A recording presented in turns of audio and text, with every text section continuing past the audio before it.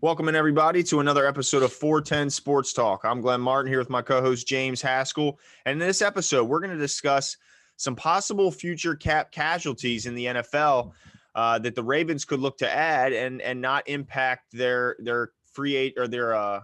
draft pick compensation for any other potential free agents that might be leaving the Ravens, like Matt Judon, Yannick Ngakoue, and others.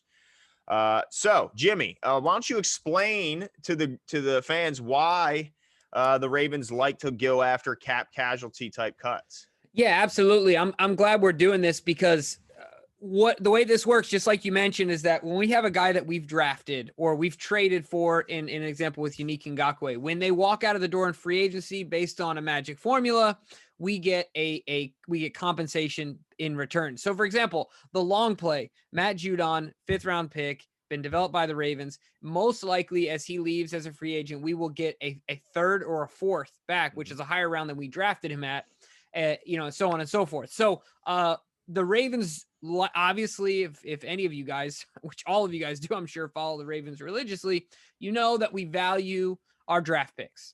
Mm-hmm. So the difference would be if a guy has been cut by a team, J.J. Watt, for example, if a guy's been cut, then he does not impact the formula that is the compensation picks. So by signing them, you don't forfeit one, where right now a regular free agent, that's his contract's been expired, when you sign him off the street and he wasn't cut by his previous team, then that would remove one of those compensatory picks that we would be rewarded. So the Ravens want to keep their compensatory picks, but also take a look at who's been cut, based on they call them cap casualties, in order to see where they can do some shopping. And I think, Glenn, I'm sure that you agree with me here, that Ravens fans should be more focused on this list than the free agent list, because I think that it's much more likely that the names that are linked to the Ravens from this list will land with the Ravens than the ones that are linked with the Ravens in free agency. Yep, absolutely. Especially considering the lack of draft picks the Ravens currently have and the fact that they definitely are going to be looking to add and not subtract. So I think it's highly unlikely that they go after any of the high-priced free agents for this reason.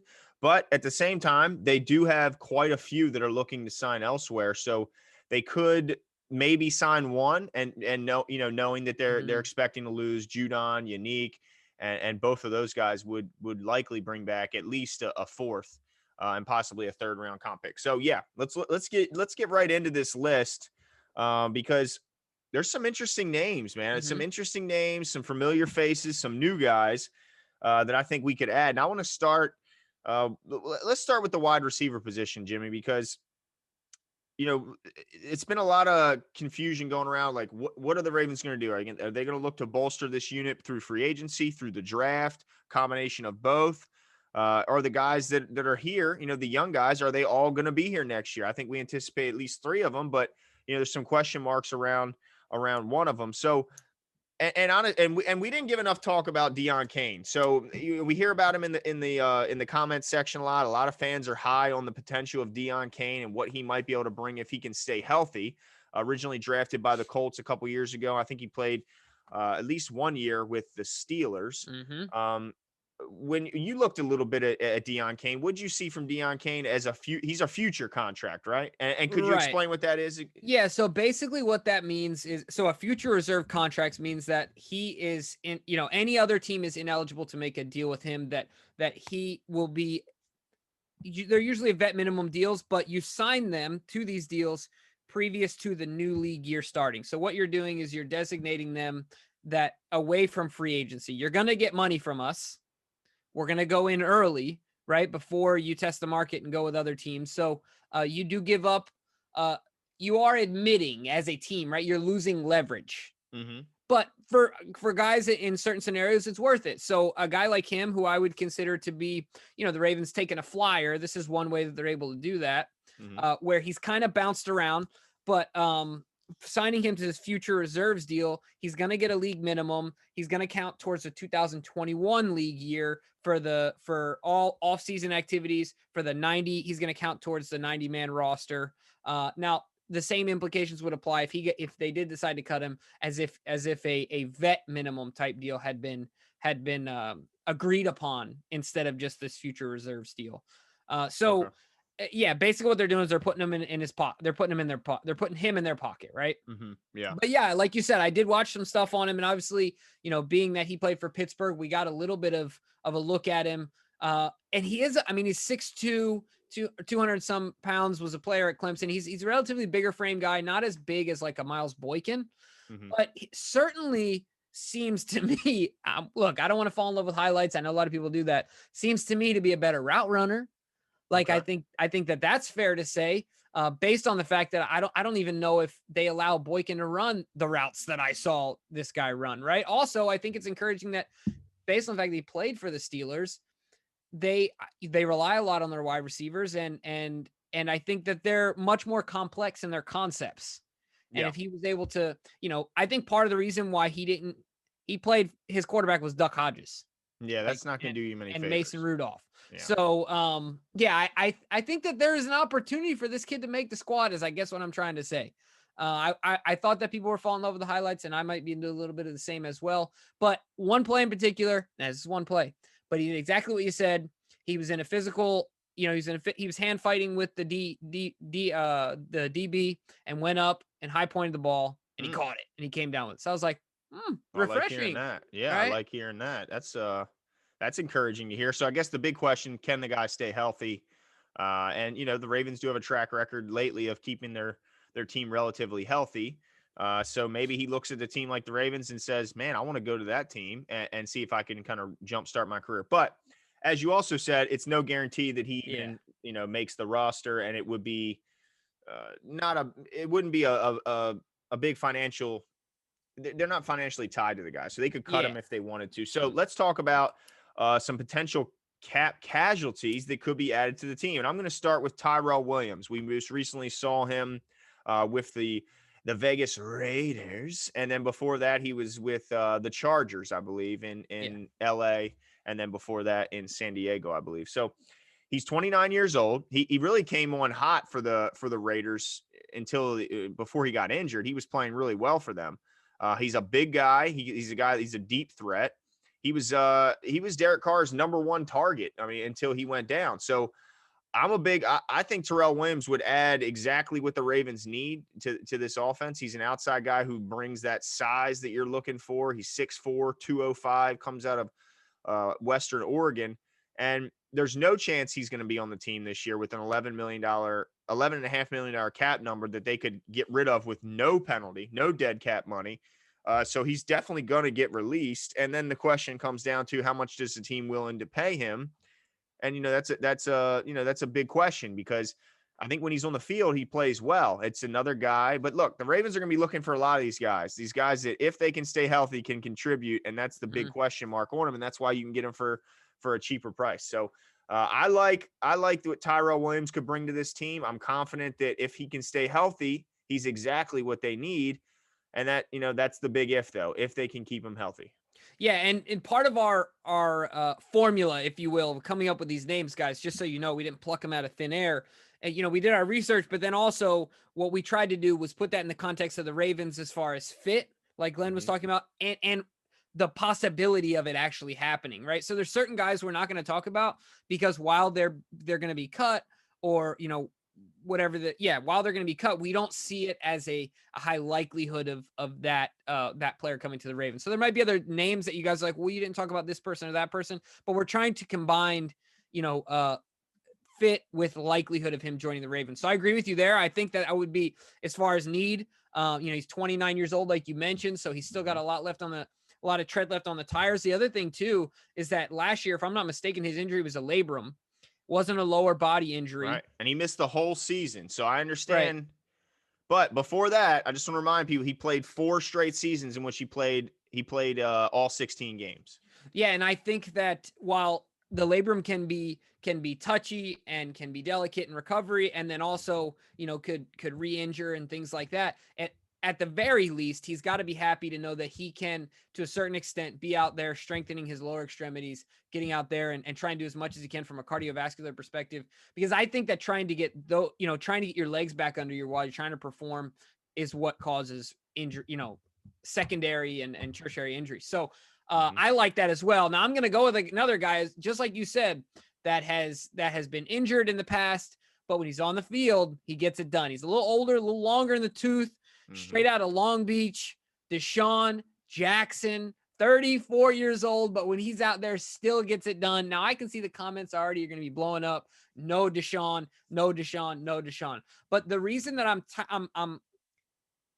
I'm connecting him to the Ravens as far as fit goes, because I think of the stress of him on the outside and Hollywood on the outside, Hollywood's underneath game coming on, and then also Hollywood being able to learn from a guy like Desean Jackson with Mark Andrews in the middle. Just imagine the stress on I think that a DC would lose a couple hairs in that week preparing for those two speedsters on the outside, and I think it would be pretty special to watch. And then, of course, you got the monster Mark Andrews dominating the middle of the field. So I think the likelihood is also good because he's not going to be able to drive a hard bargain.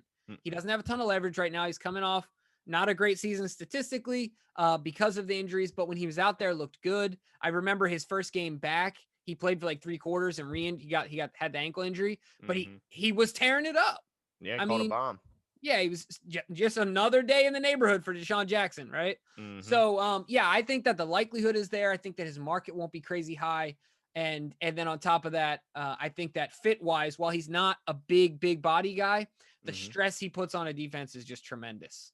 Yeah, no doubt. He's probably the best deep threat in history. I mean, I know it. You know, you're going to look to Randy Moss, and I'm not going to argue that. But as far as 60+ yard touchdowns, nobody's even close to him. I mean, they're not even in the ballpark. This guy laps the competition when it comes to deep ball scoring. But he has a very lengthy injury. I mean, it really hasn't played in, since 2016. He played in 15 games in 2016, went over 1,000 yards.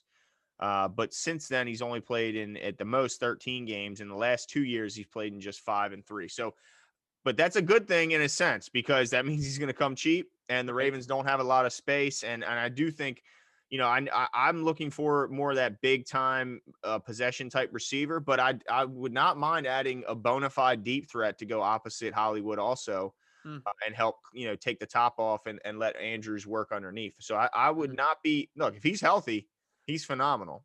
You get them both in there working with Coach Harper, they're going to be flying, man. That's right. My goodness. That's He's right. a whiz. But yeah, all right. So I want to move on to the other pass catching position. Yeah. Because I think we saw when Hurst left that the tight end room struggled, especially after Boyle going down, because losing both of those guys was certainly not in their plans, and it hurt.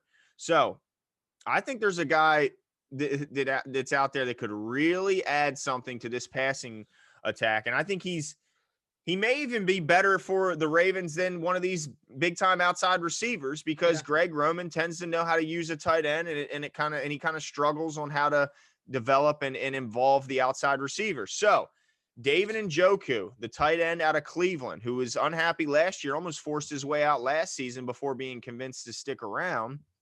He is a likely cap casualty, another guy who he's expected to make a bunch of money this year, but they can cut him and get out from that money with no penalty, or virtually no penalty. So I like David Njoku. This guy he's a blur. He's like an incredible athlete. He would definitely stretch the field as far as going up the seam route and open up a lot of lanes for a guy like Mark Andrews to work against, more one-on-one style coverage instead of being bracketed constantly like he is. I mean, just imagine what we know the athlete Hurst was. I think an underrated athlete at tight end. Obviously, he hit the top speed for us in 2019. So he was definitely a crazy athlete. But I would argue David Njoku is a better athlete. I mean, this guy is a freak athlete. And imagine him and the type of matchups that Greg Roman could create. They line up tight ends everywhere. I mean, so just imagine him sneaking through and then boom, he's gone, because he's so fast, so athletic. So I think that a David Njoku, and this could be a prove it deal, because I think he's hoping, he's only like 24, 25 years old. 24 years old. Young man. So I'm sure he's hoping to hit it big. But expectations are this year, this could be a year where people take short prove it deals. And why not go to a team that, you might not be the number 1 tight end, but man, I mean, if there's this close, it doesn't, if you're the number 2 tight end in Baltimore, you're getting a lot of targets, you're getting a lot of playing time. So I would be very happy to see Njoku take a short deal here, go off and then hit free agency and go off somewhere else and get paid a boatload of money. But let's use Baltimore as that launching point. Yeah, absolutely. I am the most excited of every position and the lists we broke down today. This is the one that excites me the most because it checks so many boxes for the Ravens, checks so many boxes for Njoku. Number one, he gets to stick it to the Browns. Let me tell you what, the Browns spit in his face this year because not only did they sign Austin Hooper, then they take Harrison Bryant, who came on. And right now, according, he's at FAU and he played really well. If I'm not mistaken, he's a 4th rounder himself. All respect goes to that kid in the season that he had. But you think David Njoku thinks he deserves to be 3rd on their depth chart? A former 1st round pick, like you said, freak athlete himself, not a chance. I mean, look, he gets a chance to play them 2 times. I like the idea of the prove it deal. And then, everyone talks about our offense being a running back friendly offense. Our offense is also a tight end friendly offense. You talked about that. Ask Mark Andrews about that because he's going to get paid. That's Nick Boyle.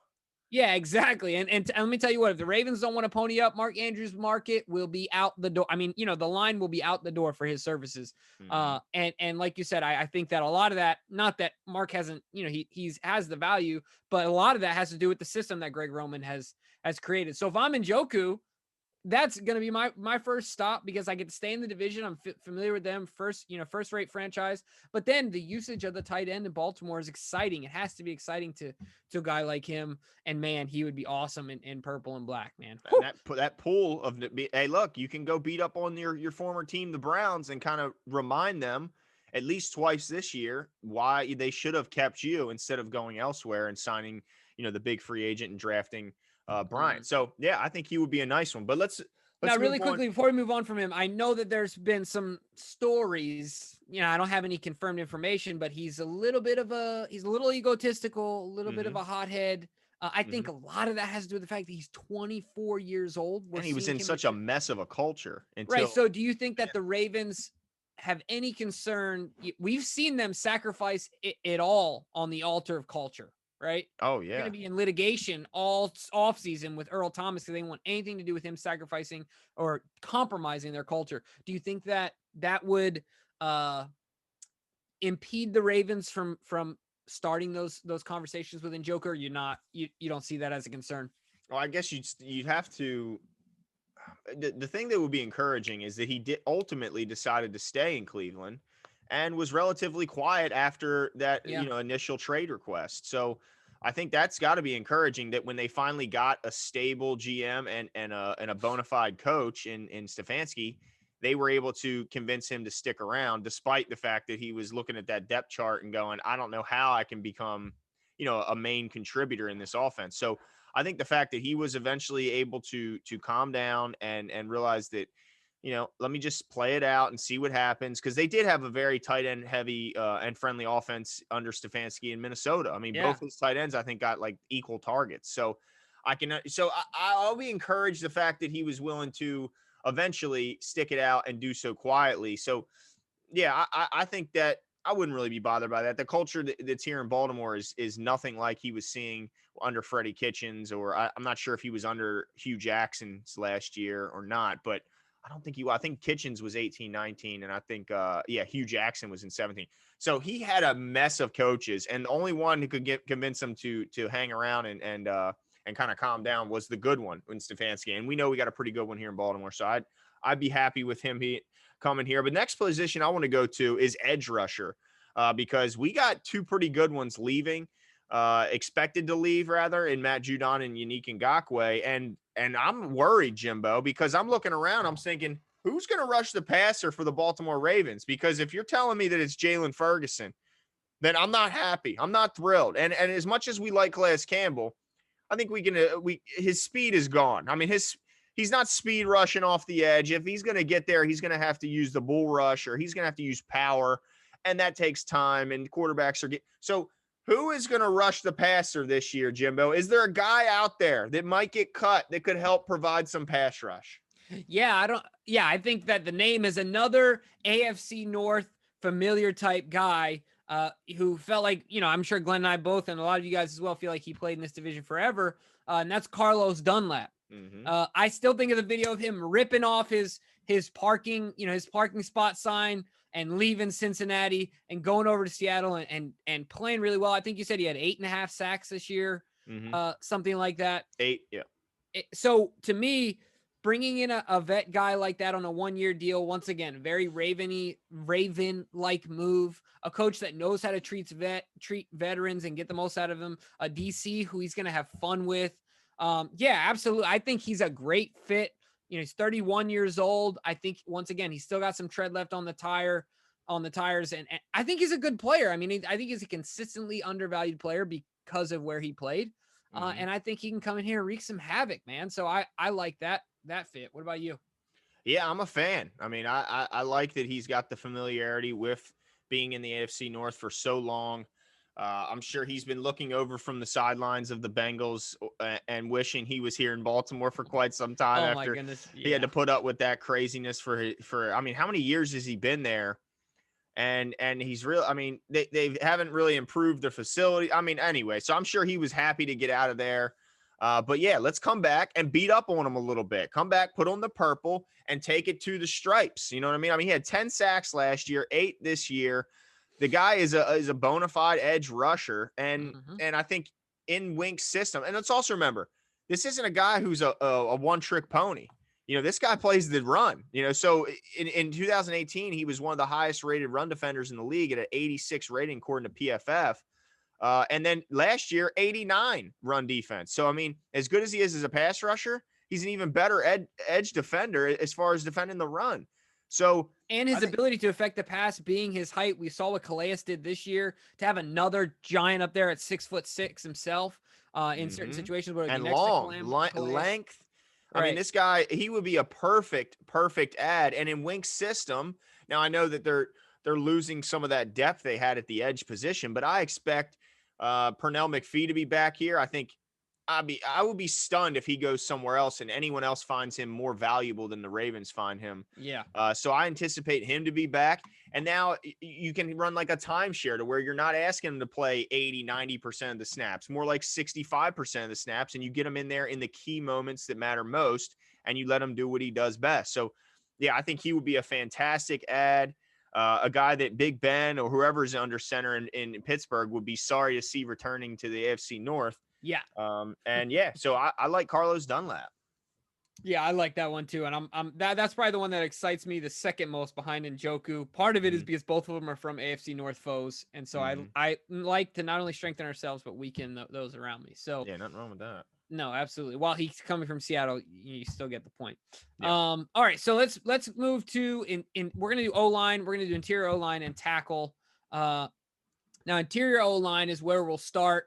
And based on the research that Glenn and I have been able to do, the lists we've come upon, and the reality of it happening, the possibility along with the fit, we like Gabe Jackson who's 31 years old, played for the Las Vegas Raiders. Big boy, got experience, played behind a team, as a part of an offensive line that was definitely a run-heavy team, a run-first offense. They had an effective run game. Obviously, we saw it on display when they took out the Chiefs as their only regular season loss. So I like that fit for the Ravens. As far as, once again, guys, these are potential cap casualties. We're not talking about all free agents that are out there, because we know there's some good interior linemen on the free agency market. But as far as cap casualties, I like that in his age, his size, and then also I feel like coming from an offense like that, he would be excited to go to an offense like the Ravens.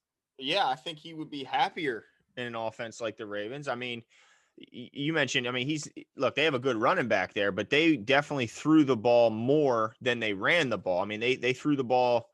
They ran 200. He had, he had 200 more pass blocking snaps than he did run blocking snaps. So here it's going to be 50-50 at the worst, right? At the worst, I think it's more likely to be like 52-48 in favor of running if I had to really put a split out there. But here's the big thing, Jimbo. As I mentioned, he had 634 pass blocking snaps, and he allowed 0 sacks. We in Baltimore, we're done seeing Lamar Jackson running for his life and really just putting because we like Ben Powers, but he's mainly a run blocker. I mean, he didn't really perform that well as a pass blocker.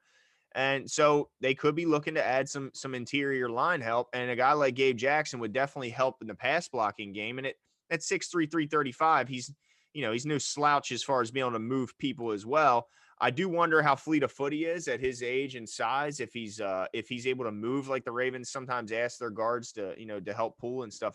I do question that. But like you said, we're mentioning likelihood, and we're mentioning, this guy is going to come a little cheaper than some of those other guys. We would love to see a Joe Thuney. We would love to see a Brandon Scherf. But those are actual free agents who are going to command a pretty penny. And I think with Gabe Jackson would come a lot cheaper, have a that veteran status in the locker room and in the huddle. So yeah, I think he'd be a nice add. Absolutely. Now let's go to tackle. Who you got for us, Glenn? Yeah, tackle, man, there's not a ton out there because hard to find. Yeah, if you have a good tackle, typically you're not wanting to give him up unless he's expressing that he's has no desire to continue playing there, like we have here in Baltimore. And that's the only reason we're visiting this category, right? Yeah, absolutely, because we do expect Orlando Brown Jr. to eventually be moved for a combination of maybe draft picks or a player and draft picks.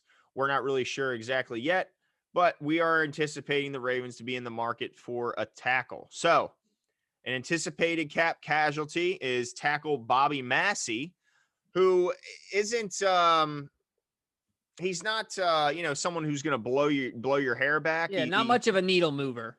Yeah, exactly. He's not going to get you too excited. He did allow he played he missed some games last year. He did play, about 500 snaps. He did allow 3 sacks. So at the tackle position, you're more likely to allow sacks. So when you hear Gabe Jackson allowed 0, it's much easier, obviously, to eliminate sacks when you're in the interior and you're typically going up against, you're not going against the premier edge rushers of the league like you are at tackle. So while we understand that he wasn't perfect, I think he would be a nice add in the sense that, are you really comfortable going back out there with Fluker and DJ Phillips, or do you want a guy who's shown he can play tackle in the league for quite some time? He's an older guy. So I would be more comfortable with a bona fide vet. Now, he's not a great guy. He's not a great player, but at least he's shown he can do it over the long haul. He's been around for a long, long time. And at the very least, he could be one half of a timeshare with it. If you still have high hopes for Tyree Phillips, who has the physical capabilities and the physical tools, he's just very raw with his technique, and he definitely needs more time. So Bobby Massey, I think, is really the only option out there who's projected to be cut. Yeah, no, I agree with you as well. It's just one of those lists that you're kind of scraping the bottom of the barrel, not in talent, in that there's not a lot of them out there. Right. So let us know what you guys think as far as our names go. Are you for? Are you against? Any of them get you excited in particular? Give us all your thoughts. Once again, these are cap casualties, just to reiterate. Yeah. So let us know your thoughts and all below in the comments. Make sure you hit the subscribe button, turn on notifications, give us a like, and we'll talk to you guys soon.